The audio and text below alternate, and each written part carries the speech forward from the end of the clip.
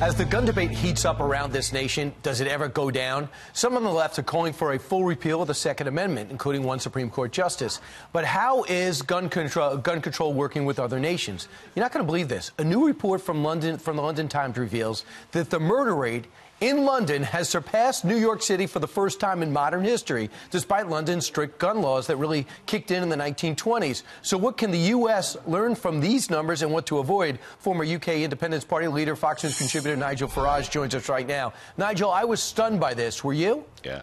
No, I'm afraid the rise of violent crime in London has been going on now for some years. It isn't just gun crime. There's been a 40% rise in knife crime during the course of the last decade, and the new phenomenon of acid attacks. So we really have got a big problem in some of the boroughs of London. And what we're seeing, this is not about rules, it's about policing.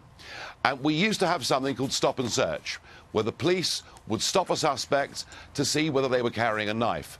We've stopped doing that. Do you know why? Because the police are too fearful of being thought to be racist if they pick up somebody who's black. So what you've now got is political correctness is killing people in London. Well, and why here, which is not exactly devoid of political correctness, don't we seem to have the problem in a major city that the thought was going to be, ridden with crime in the 1970s and part of the 80s?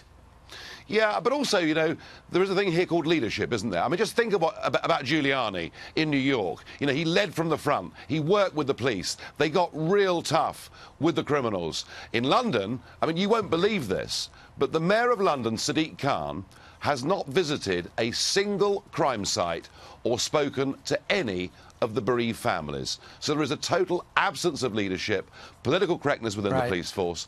And, we have very strict gun laws, as you've mentioned, but even when guns are illegal, bad guys still carry them. Right, absolutely. Now, let's move on to something else. Former President of Mexico, Vicente Fox, doesn't miss a chance to go after President Trump. Now he says because of President Trump, America is about nationalism instead of being about globalism. Vicente Fox, is he somebody we should be learning from?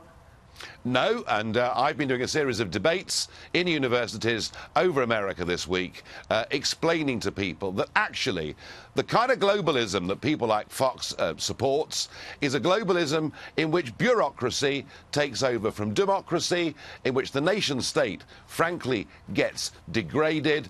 And I'm trying to explain to students in American universities who've been told that Brexit and Trump are terrible, that actually what happened in 2016 is we voted to take back control of our lives and our nations, and they shouldn't be scared. They should be excited about the future. Yeah, and as you know, when Brexit happened, your economy was supposed to collapse. The European Union was supposed to leave you isolated. And what has happened?